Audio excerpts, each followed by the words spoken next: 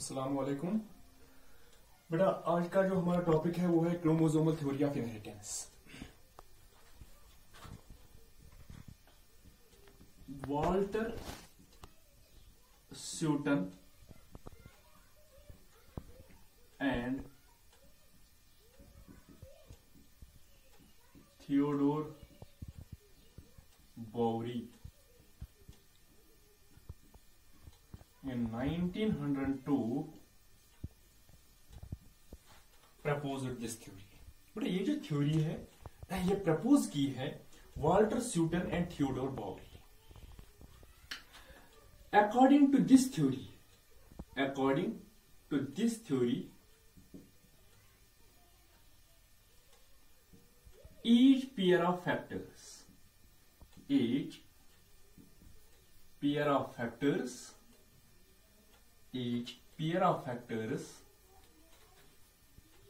is carried each pair of factors is carried by a pair of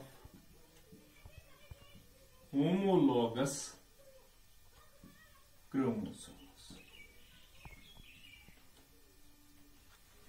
Each pair of factors is carried by a pair of homologous chromosomes, with each chromosome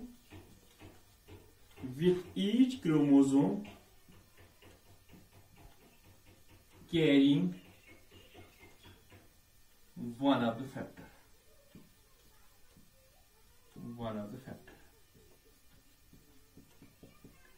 बेटा हमने पढ़ा था law of paired factors। The various hereditary characters are controlled by factors। बेटा हमने पढ़ा था ये जो बहुत सारी हेरिडेटरी कैरेक्टर्स है, मिसाल हाइट हेरिडेटरी कैरेक्टर है, इसमें टॉलनेस होता है। टॉलनेस के लिए रेस्पॉन्सिबल है पेयर ऑफ फैक्टर्स। बेटा अगर हमने कहीं पे पढ़ा होगा ड्वार्फ, इसके लिए रेस्पॉन्सिबल है पेयर ऑफ फैक्टर्स। यानी कि जो भी हेरिडेटरी कैरेक्टर्स है, these hereditary characters are controlled by factors and the factors occur in pairs.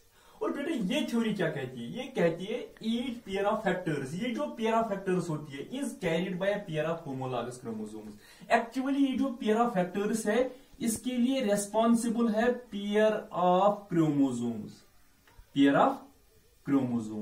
बेटा एक्चुअली क्रोमोसोम्स पेयर्स में होते हैं और इन क्रोमोसोम्स के ऊपर फैक्टर्स होते हैं।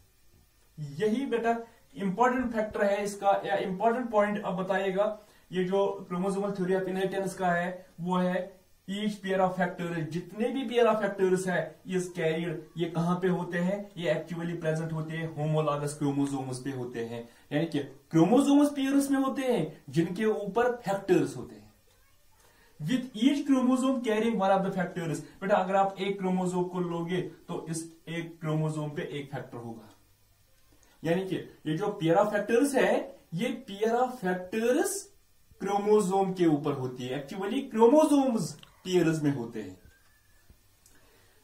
द इंपॉर्टेंट और salient features of the chromosomal theory of inheritance. बेटा साइलेंट फीचर्स क्या है?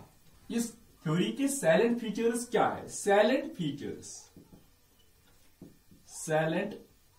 Features of chromosomal theory of inheritance. बेटा फर्स्ट पॉइंट है bridge between one generation and next is through sperm and ovum।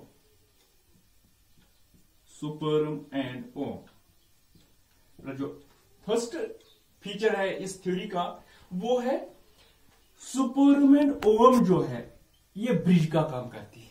Continuity of life. बेटा एक generation होती है, इसके बाद दूसरी जनरेशन होती है, इसके बाद तीसरी जनरेशन होती है। ये बहुत सारी जनरेशन जो चलता है जनरेशन पॉसिबल है with the help of sperm and ovum, male gamete and female gamete, and these sperm and ovum contribute equally in the heredity of offsprings. बेटा जो ऑफस्प्रिंग होता है, इस ऑफस्प्रिंग में किस किस का कंट्रीब्यूशन होता है? स्पर्म का और ओवम का कंट्रीब्यूशन होता है। यानी कि बेटा ये जो नई जनरेशन होती है, ये नई जनरेशन होती है by the union of sperm and ovum, by the fusion of sperm and ovum.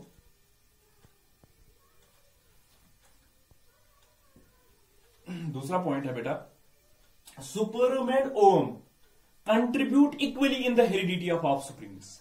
ये जो ऑफस्प्रिंग्स की जो हेरिडिटी होती है, ऑफस्प्रिंग भी होता है like their parents, it is because of sperm and ovum, it is because of sperm and ovum. Third है the sperm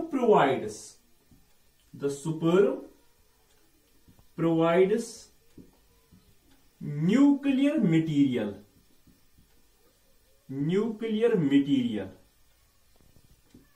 to the egg. बेटा जब फ्यूजन होता है, स्पर्म का फ्यूजन होगा किसके साथ? एग के साथ। स्पर्म का फ्यूजन होगा एग के साथ। ये स्पर्म कंट्रीब्यूट करता है एग को क्या? Nuclear material. यानी कि ये एक्चुअली फ्यूजन होता है nuclear material of sperm fuses with the nuclear material of egg. हमने पहले बताया there is a fusion between sperm and egg, लेकिन एक्चुअली ये जो फ्यूजन होता है ये न्यूक्लियर मटेरियल होता है। Nuclear material of sperm fuses with the nuclear material of egg. और फिर एक और पॉइंट है, न्यूक्लियस, अगर न्यूक्लियर मटेरियल स्पर्म का फ्यूज होता है एग से, तो फिर nucleus contains chromosomes, nucleus contains chromosomes.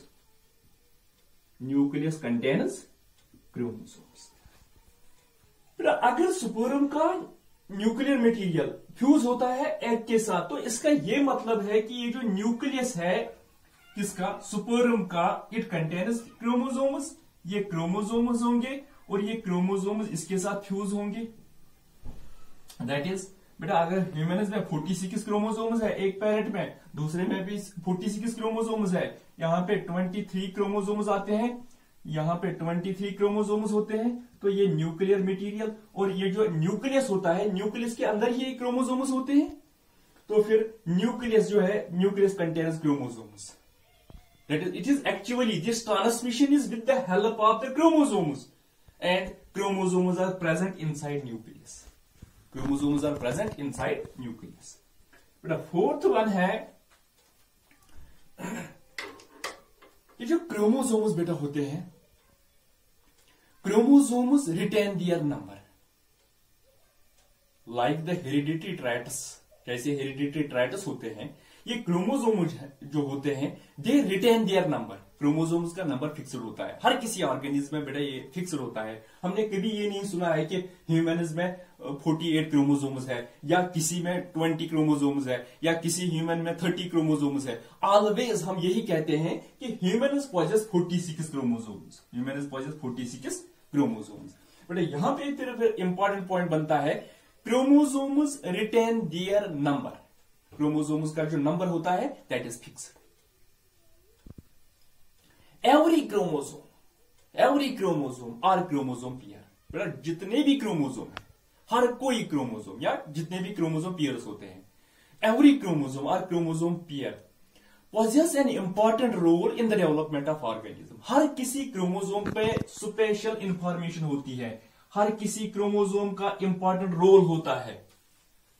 Every chromosome is important.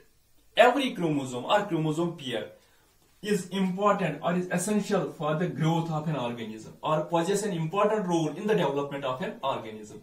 तो इसका ये मतलब है लॉस ऑफ ए क्रोमोसोम। अगर कोई क्रोमोसोम लॉस होता है, लॉस ऑफ ए क्रोमोसोम और ए पार्ट ऑफ क्रोमोसोम, क्रोमोसोम का कोई पार्ट लॉस होता है या एक क्रोमोसोम लॉस होगा, कोई भी chromosome, it produces structural deficiency. तो ऑर्गेनिज्म वो डेफिशिएंसी दिखाएगा, क्योंकि इन क्रोमोसोम्स के ऊपर क्या होता है, इनके ऊपर फैक्टर्स होते हैं या जीन्स होते हैं, और अगर क्रोमोसोम लॉस हो गया, जो इसके ऊपर जीन्स, जितने भी जीन्स है इस ऑर्गेनिज्म में, वो जीन्स नहीं पाए जाएंगे और वो जीन्स जिन फंक्शंस के लिए रिस्पॉन्सिबल है वो फंक्शन तो वो नहीं दिखा सकता।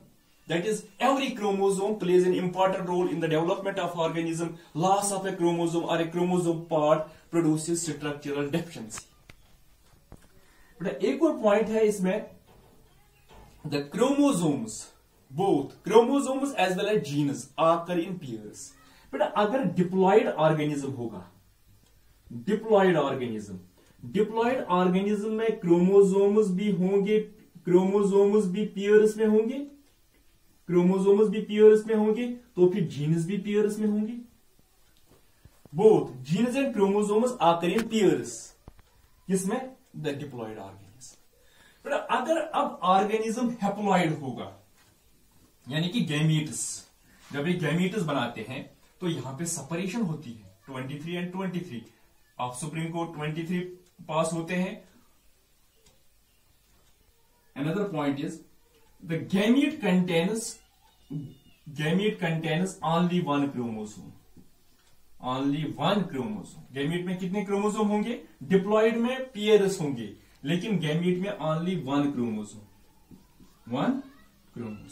बेटा अगर क्रोमोसोम एक होगा, सपोज टॉलनेस के लिए कैपिटल टी और कैपिटल टी रेस्पॉन्सिबल है, ये टॉलनेस भी कहां पे है? ये क्रोमोसोम पे है और ये भी क्रोमोसोम पे है। हमने बताया गैमीट में एक ही क्रोमोसोम है, तो फिर जीन्स भी कितने होंगे? Hence only one gene. किसी भी पेयर के लिए एक ही जीन होगा, क्योंकि दूसरा जीन जो है वो दूसरे क्रोमोसोम पे होता है। बोथ जब फर्टिलाइजेशन होगी,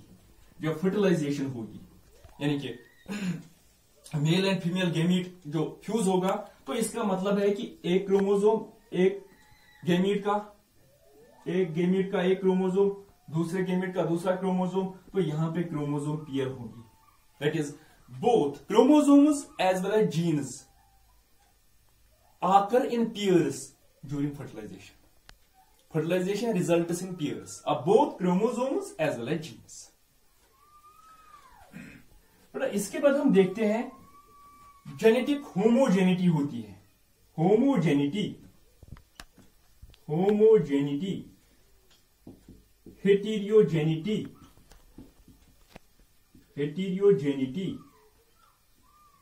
ये होमोजेनिटी और हेटेरियोजेनिटी जो होती है, it is because of chromosomes.